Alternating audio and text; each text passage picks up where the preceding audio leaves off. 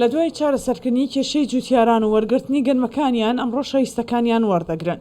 فەرارێکێکە لەو دەیان جوتیارەی کە بەرهەمی ئەم ساڵی بە بڕیاری سەرۆکی حکوومەت لێوەرگیراوە و ئەمڕۆ هاتووە شایستەکەی وەرگرێت.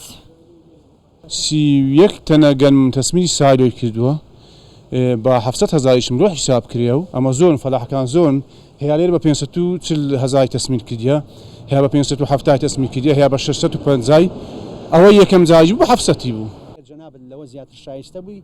بە بڕیاری سەرۆکی حکوومەتی هەرێمی کوردستان لیژنەیەکی تایبەت بە چارەسەرکردنی کێشەی گەنمی جوتیاران ڕاگەیەنرا و لێکۆڵینەوە لە کێشەی جوتیاران کرا. بریکاری وەزارەتی بازرگانی سەرۆکی و لیژنەیە و دەڵێت سەرۆکی حکوومەتی هەرێم ڕژدە لە هاوکاریکردنی جوتیاران. بە قایمە بە پێ ڕستیدەی کە هەیەە جوتیار هەیە بۆ خۆی 12 تەنی هەیە، بەڵام 100 تەنی هێناوە تەسویقی کردووە. ئێمە ئەو کەسێک کە ناوی بۆ ئێرە هاتووە کە گەنمەکەی پشکنینی بۆ کراوە بە چ دەرەجەیەک دەچووە بەبێ خەسم یا خەسمێک یا خەسمی دوو پارەکە ئێستا لێرە بێ ئەو بە ڕێزانەی سەتوانشن پارەی خۆیان وەربگرن. هیچ جوتیارێک نامێنێتەوە ئەمڕۆ پارەی خۆی وەرنەگرێت.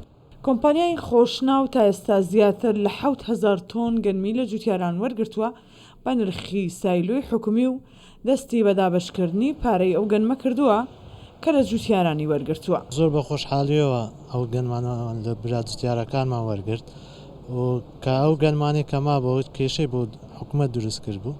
ئێمەش بە پشتیوانی خۆی گەورە بە پشتیوانی حکوومەتی هەرێمی کوردستان جەنابی سەرۆکی حکوومەتی هەستین بە وەرگرتنەوەی ئەو گەنمانە کە ئەوانەی کێشەیان هەبوو ڕەسیدەکەیان مابوو لە سایلۆی هەولێر وەرنەگیرابەوە و پارەکەش ڕاستەوخۆ پێیان دەدەن ئەو ڕۆکە دەست پێ دەکرێت. لە دوایەوەی بەشێک لە جوتیاران کێشەیان بۆ دروستبوو نەیانتوانی گەنمەکانیان لە سایلۆی هەولێر تەسلیم بکەن، بە بڕیاری سەرۆکی حکوومەتی هەرێمی کوردستان کۆمپانیای داس ڕاست پێرا بۆی گەنمی و جوتیارانی کەماون وەربگیرێت و زەرمەند نەبن. ئەمڕۆ وەکو یەکەم ڕۆژ پارەی ئەو جوتیاران دەدرێت کە گەنمەکانیان لێوەرگیراوە و کۆمپانیاکەش بەردەوام دەبێت لەم ڕێکارە. ڕێناس سەعالی کوردستان 24 هەولێر.